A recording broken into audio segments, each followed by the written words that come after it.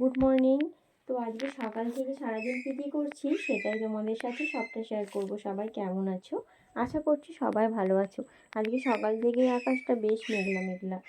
আর জানো আজকে গাছে তেমন ফুলও হয়নি, তাই ফুলটাও তাড়াতাড়ি তোলা হয়ে গিয়েছে।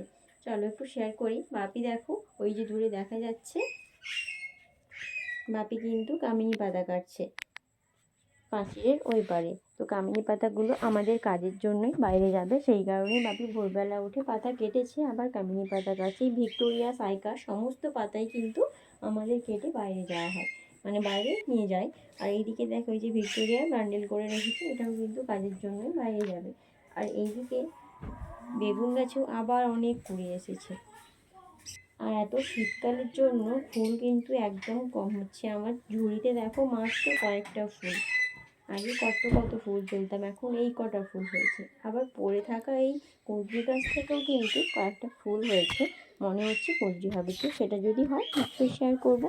আর এই যে ছোট কয়েকটা গাছে ফুল হয়েছিল, সেগুলো কিন্তু পুজোর জন্য আমি তুলে নিয়েছি।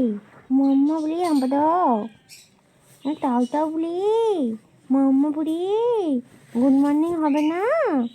কখন হবে? একটু আম্পা দাও, একটু আম্পা দাও, নাকুতে দাও। সন্টু মনো তো যেমন ঘুম পাড়ো, ঘুম পাড়ো, ঘুম পাড়ো।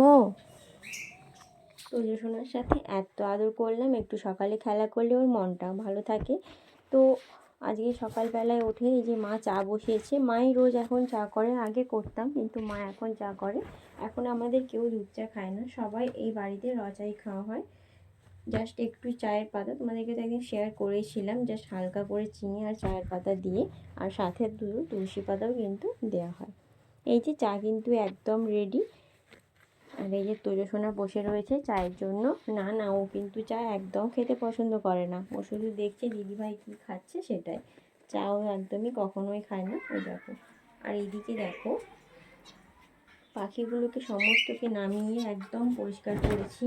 ওরা এত খাওয়া দাওয়া মানে ফেলে নোংরা করে, তাই জন্য সব কটাকে নিচে নামিয়ে একদম যত্ন করে পরিষ্কার করেছি আজকে।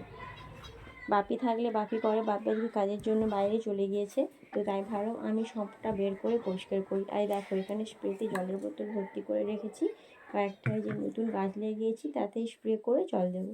আর আমার ঘর মোছাও বেশ কমপ্লিট। আর এখানে জলের কাছে কাচাকুচি, বাসন ধোয়া, জামা কাপড় ধোয়া সমস্তটাই ছিল, সবটাই কমপ্লিট।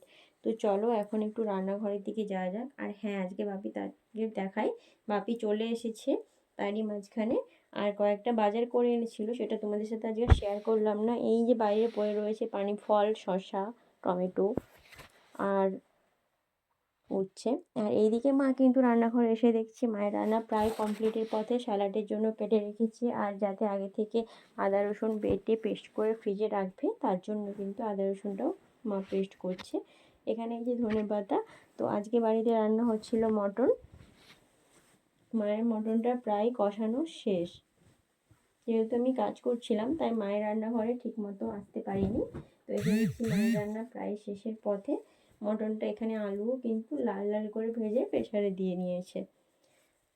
তো রান্না কমপ্লিট, আমরা এখন সবাই খেতেও বসে গিয়েছি। আজকে মেনুতে ছিল ভাত, স্যালাড, আর এইদিকে উচ্ছে পেঁয়াজ ভাজা। আর সোনামা ছোটাছুটি করছে, ও উচ্ছে ভাজা দিয়ে ভাত খাবে বলে। আর এইদিকে কিন্তু লাল লাল করে মটনের ঝোল।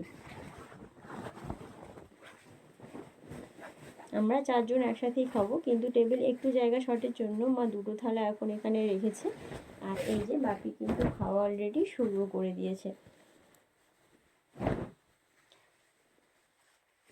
তো তারপরে খাওয়া দাওয়া শেষে আমি একটু গাজরগুলো ধুয়ে নিচ্ছিলাম। এত কাদা লেগেছিল, কারণ যেহেতু গাট্টু গুট্টুকে দেবো, কাদা গাজর তো দেওয়া যায় না, তাই এরকম সুন্দর করে পরিষ্কার করেই দেবো। গাট্টু গুট্টু বলতে তোমরা তো জানোই আমাদের খরগোশগুলো রয়েছে, ওদেরই নাম।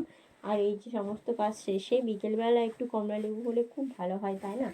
যেহেতু শীতকাল, তো একটু কোনো টক জিনিস খেলে বা ফল খেলে বেশ ভালো লাগে।